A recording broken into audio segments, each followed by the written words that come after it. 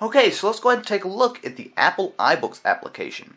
So the first thing you're going to notice is that it is a very nice looking app. So it's not like on the other two where it's just a list and you scroll through. You actually have a bookshelf here, and all your books are actually listed, just like as if they were an actual book. So this is very nice, and you go ahead and scroll through here. You can search, you can change the view, but I definitely like this.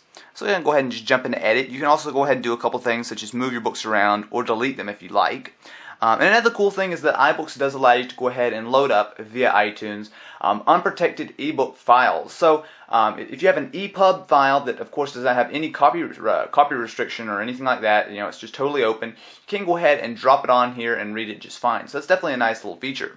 So let's go ahead and just jump into A Journey to the Center of the Earth, or Interior of the Earth rather.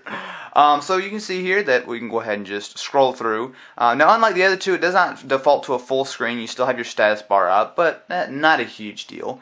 So you can see here it does have the very nice, go ahead and do it slowly, the very nice page transitions. It does it a little bit better than Google eBooks, but again, this is kind of a novelty. It's not the biggest deal in the world. However, what I will say is that the formatting is excellent, very, very well done in iBooks. Now, of course, this will change depending on which books you load up. Some won't look perfect. However, that's just going to be the fact for all the apps that you use. But all the ones that you preload and all that kind of stuff, they should look pretty good. So you can see here we can go ahead and scroll through really pretty nice and snappy. It's not too bad, as well as we can just tap.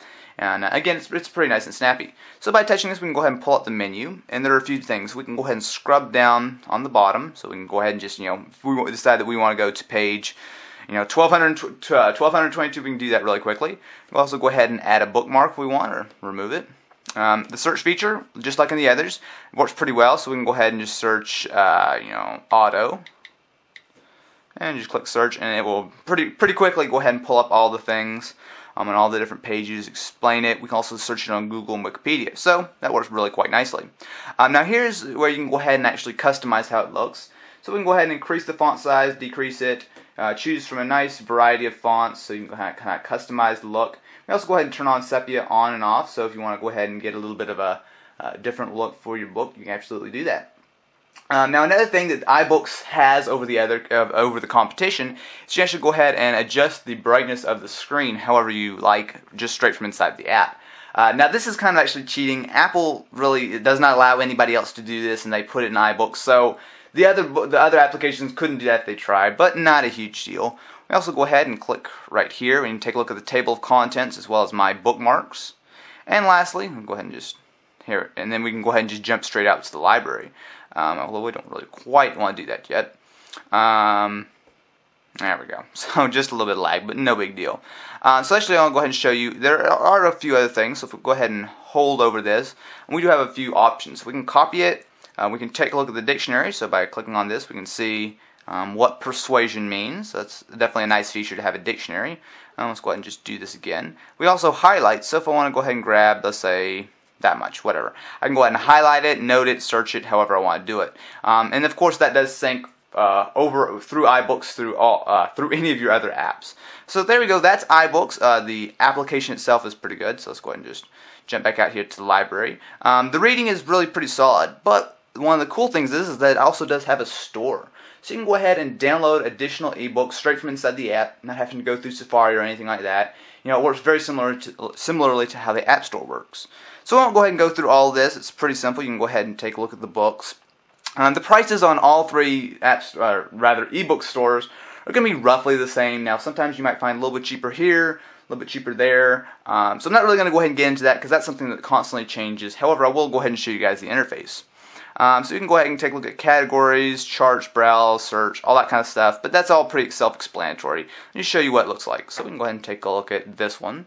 Once it loads up, again, you'll find this very similar to the App Store. You can go ahead and take a look. It tells you the name of it, a little bit of the information such as the publisher, when it was published, the size. And in fact, this is actually an ebook with video in it. So that's definitely something that you're going to enjoy in some books, although don't expect it to see it in very many. So we can go ahead, as with others, go ahead and just purchase it. We can get a sample.